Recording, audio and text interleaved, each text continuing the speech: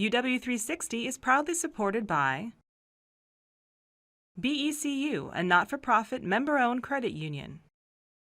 Pacific Office Automation, copy, print, workflow, and IT. Problem solved.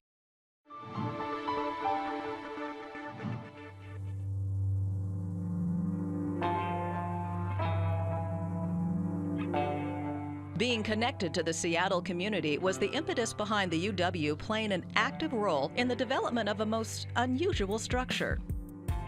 Thank you all for coming, and thank you, Steve, for the opportunity. We were eager to get a chance to show you the building. That's because there is no other building like it.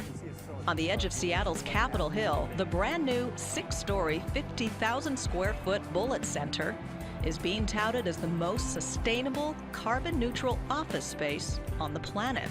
This building really is the greenest commercial urban office building in the world. Rob Pena, associate professor in the UW's Department of Architecture, says it all begins with an array of photovoltaic solar panels on the roof.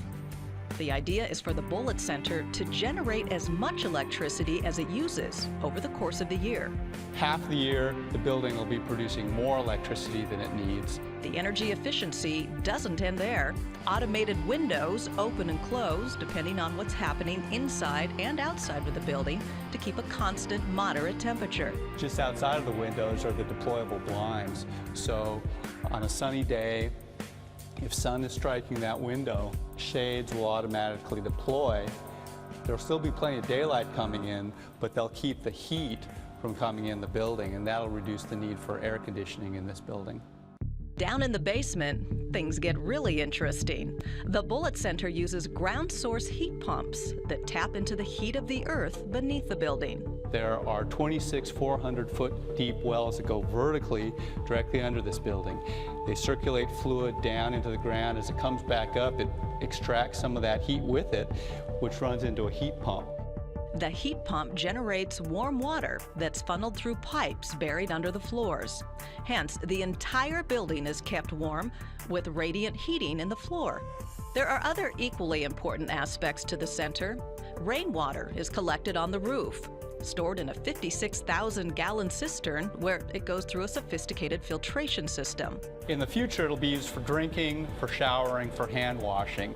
In the meantime, captured rainwater is used for irrigating gardens. And another important function. This building has no flushing toilets. Instead, the deposits that people leave in the bathrooms will come straight down into one of these 10 composters. Waterless toilets deliver waste directly into giant composting bins in the basement. A foamy mixture containing just a tablespoon of rainwater is automatically released into the funnel-shaped bowls to speed up the process. The Bullitt Center prides itself in containing no hazardous materials, and much of the structure has been framed with locally certified Forest Stewardship Council timber. The University of Washington's Integrated Design Lab, an arm of the Architecture Department, will now be located in the Bullitt Center, as it should. The lab played an active role in the planning and modeling of the building and will now be responsible for monitoring its progress. We do research on high-performance buildings around the state of Washington, around the country, but in particular we're interested in this building and using it as a living laboratory for our students and for our own research on how to make many more of these.